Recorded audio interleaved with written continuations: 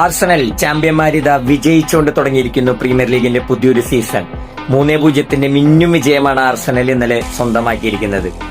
എന്താ പറയുക, division 1 upgrade ചെയ്യപ്പെട്ട് വന്ന പുതിയ ടീമായ കൊവൻട്രിയെ 3-0 ആർസണൽ തകർത്തത്.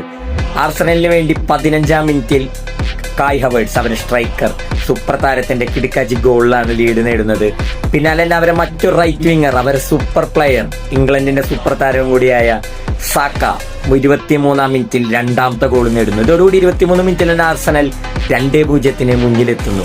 പിന്നെ ഫസ്റ്റ് ഹാഫിലേക്ക് പിരിയുമ്പോൾ പക്ഷെ ഫുൾ ടൈം പന്ത് കൺട്രോൾ ആർസണലിന്റെ കയ്യിൽ തന്നെയായിരുന്നു. കൈനോലെ എവിടെ അവസാനിപ്പിച്ചോ അവിടുന്ന് തന്നെ ആർസണൽ തുടങ്ങിയിരിക്കുന്നു.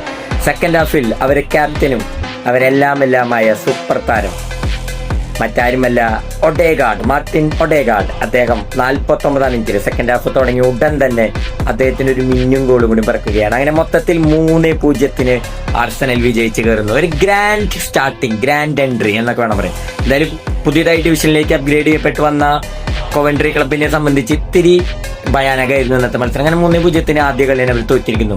ഒരു കോൺഫിഡൻസ് നല്ല ഞാൻ സമ്മതിച്ചു കൊടുക്കും. കാരണം അവർ അത്യാവശ്യം നല്ല രീതിയിൽ അവർക്ക് പറ്റുന്ന പോലെ അറ്റാക്ക് ചെയ്തിരുന്നു.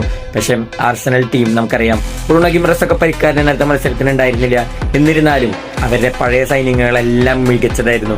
പുതിയ സൈനിങ്ങായ ലെഫ്റ്റ് വിങ്ങറൊക്കെ കളിക്കുന്ന ഒരു കളി ആർസണലിന് നൽകുന്ന കോൺഫിഡൻസ് വേറെ ലെവലാണ്. എന്തായാലും ആർട്ടറ്റ സംഘത്തിന് സമാധാനിക്കാം. കാരണം അവര് സീസൺ മികച്ചൊരു വിജയത്തോടെ തന്നെ തുടങ്ങിയിരിക്കുന്നു.